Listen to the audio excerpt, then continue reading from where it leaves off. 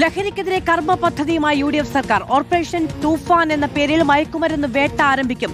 School പരിസരങ്ങളിൽ കർശന പരിശോധനയുണ്ടാകും. DJ പാർട്ടികളിലും ഹോട്ടലുകളിലും വ്യാപക പരിശോധന നടക്കും.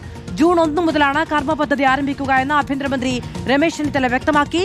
സംസ്ഥാനത്തെ പോലീസ് സ്റ്റേഷനുകളിൽ ജനസേവാ കേന്ദ്രങ്ങളാക്കി മാറ്റുമെന്നും മന്ത്രി പറഞ്ഞു. ആഭ്യന്തരമന്ത്രിയുടെ നേതൃത്വത്തിൽ ചേർന്ന ഉന്നത പോലീസ് ഉദ്യോഗസ്ഥരുടെ യോഗത്തിന് ശേഷമായിരുന്നു പ്രതികരണം.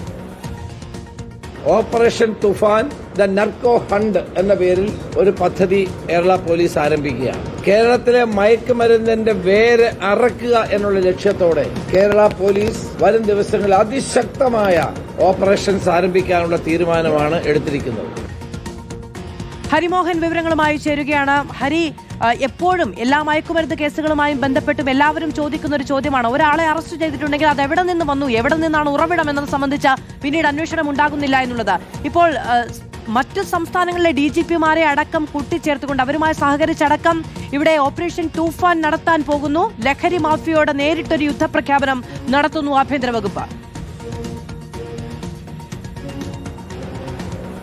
അത് തീർച്ചയായിട്ടും വളരെ പ്രധാനപ്പെട്ട ഒരു കർമ്മ പദ്ധതി കൂടിയാണ് ഇന്നിപ്പോൾ നടന്ന ഉന്നത പോലീസ് ഉദ്യോഗസ്ഥരുടെ യോഗത്തിൽ ആഭ്യന്തരമന്ത്രിയുടെ നേതൃത്വത്തിൽ തീരുമാനിച്ചിരിക്കുന്നത്. ഓപ്പറേഷൻ തൂഫാൻ നാർക്കോട്ടിക് ഹണ്ട് എന്ന് പേരിട്ടിരിക്കുന്ന കർമ്മ പദ്ധതി അത് കേരളത്തിലെ മയക്കുമരുന്നിന്റെ ഉപയോഗം തടയുക മാത്രമല്ല, കേരളത്തിലേക്കുള്ള മയക്കുമരുന്നിന്റെ ഒഴുക്ക് തടയുക എന്നുള്ളത് കൂടിയാണ് പ്രധാനമായിട്ടും ലക്ഷ്യമിടുന്നത്.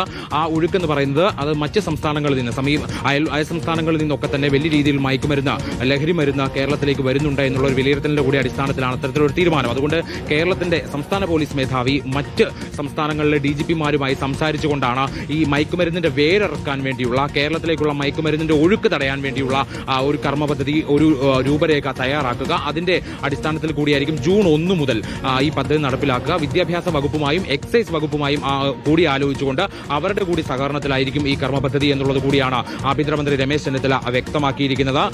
അതിൽ നേരത്തെ ഓപ്പറേഷൻ കുബേര അടക്കമുള്ള പദ്ധതികൾ അദ്ദേഹം ആഭ്യന്തരമന്ത്രി ആയിരിക്കുന്ന കാലത്ത് നടപ്പിലാക്കിയിരുന്നു. ആ ഓപ്പറേഷൻ കുബേരയ്ക്ക് ഒരു തുടർച്ച ഉണ്ടാകുമോ എന്നുള്ള ചോദ്യത്തിന് അക്കാര്യം കൂടി പരിശോധിച്ചു വരികയാണ്. അതിന് കുറെ കൂടി തയ്യാറെടുപ്പുകൾ വേണ്ടതുണ്ട് എന്നുള്ള കാര്യം കൂടിയാണ് എന്തായാലും ആഭ്യന്തരമന്ത്രി വ്യക്തമാക്കിയിരിക്കുന്നത്. ഇപ്പോഴുള്ള ഏറ്റവും പ്രധാന തീരുമാനം എന്ന് പറയുന്നത് ലഹരിക്കെതിരായിട്ടുള്ള കർമ്മ പദ്ധതി തന്നെയാണ്.